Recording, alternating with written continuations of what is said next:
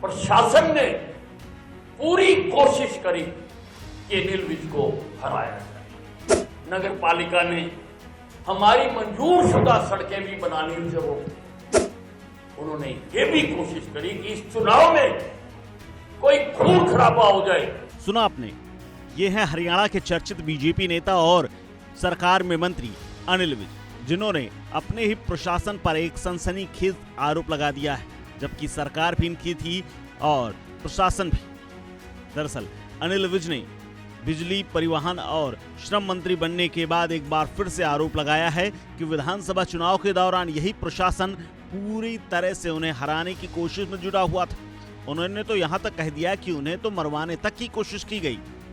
मंत्री ने बकायदा इस मामले की जांच की मांग तक कर दी है। दरअसल अंबाला छावनी से कई बार के विधायक अनिल विज विधानसभा सीट पर जीत के लिए बीजेपी कार्यकर्ताओं और अपने समर्थकों के लिए आयोजित एक कार्यक्रम में बोल रहे थे। अनिल विज ने यहां तक दावा किया कि चुनाव के दौरान उनके खिलाफ खूब खेल खेले गए। प्रशासन ने उन्हें हराने की पूरी कोशिश की, जो जांच का विषय है। नगर परिषद ने हमारी स्वीकृति सड़क का निर्माण रोक दिया, इसके अलावा अन्य काम तक रोक दिए गए थे। एक बार जरा सुनिए क्या कुछ कहा है अनिल विज ने। प्रशासन ने पूरी कोशिश करी कि अनिल विज को हराया जाए। पूरी कोशिश करी। किसके कहने से करी, क्यों करी, ये जांच का विषय है। मैं एकदम सीधा साधा कोई आरोप नहीं लगाता, लेकिन जो घटित हुआ, नगर पालिका ने हमारी मंजूर शुदा सड़कें भी बनानी से रोकी। मंजूर शुदा सड़कें, जो सड़कें मंजूर थी, जो अब शुरू हो गई।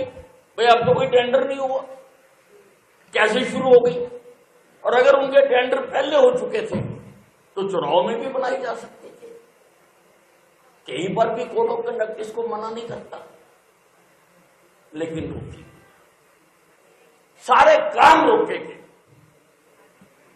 और यहां तक की बात सीमित नहीं है, मैं आपसे शेयर जरूर करूंगा। उन्होंने ये भी कोशिश करी कि इस चुनाव में कोई खून खराबा हो जाए, उसमें अनिल विज मर जाए या अनिल विज का कोई वर्कर मर जाए, ताकि इस चुनाव को प्रभावित किया जा सके, चुनाव को रोका जा सके। अनिल विज का तो दावा यहां तक है कि प्रशासन ने इस चुनाव में खून खराबा कराने तक की कोशिश की, ताकि अनिल विज या उनका कार्यकर्ता मर जाए, ताकि चुनाव प्रभावित हो। उन्होंने कहा कि मुझे शाहपुर गांव की धर्मशाला में एक कार्यक्रम में जाना था और इसके लिए चुनाव आयोग से अनुमति ली थी। जब चुनाव आयोग अनुमति देता है तो पुलिस से एनओसी भी लेता है।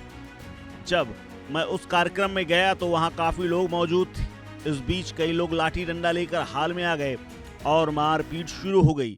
अगर इस झड़प में कुछ होता तो गलत होता। मैं अपना धैर्य बनाए रखा लेकिन मैं ये पूछना चाहता हूं कि उस समय पुलिस कहां थी। अनिल विज ने यह भी कहा कि जेट सुरक्षा उन्हें मिली है, लेकिन इस घटना से एक दिन पहले उनकी आधी सुरक्षा वापस ले ली गई थी। इस दिन सीआईडी कहां थी, उन्हें इस प्रदर्शन के बारे में क्यों नहीं पता चला।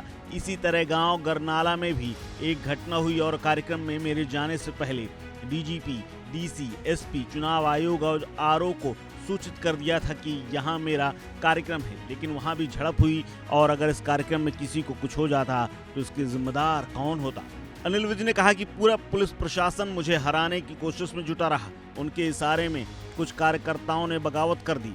चुनाव नतीजों के दिन सभी एग्जिट पोल एजेंसियों के दावे गलत साबित हुए। मुझे पूरा भरोसा था कि मैं चुनाव जीतूंगा, पार्टी जीतेगी, वो मंत्री भी बनेंगे। कई लोगों ने ये भ्रांति फैलाई कि अनिल विज को टिकट नहीं मिलेगा, फिर कहा कि वो जीतेंगे नहीं, फिर कहने लगे सरकार नहीं आएगी। ये सब झूठ साबित हुआ। ये सब विपक्ष की गोद में जाकर बैठ गए। विज ने चुटकी भी ली, कहा कसाई के कहने से भैंस नहीं मरती। इस खबर में फिलहाल इतना ही। अपडेट्स के लिए बने रहिए वन इंडिया हिंदी के साथ।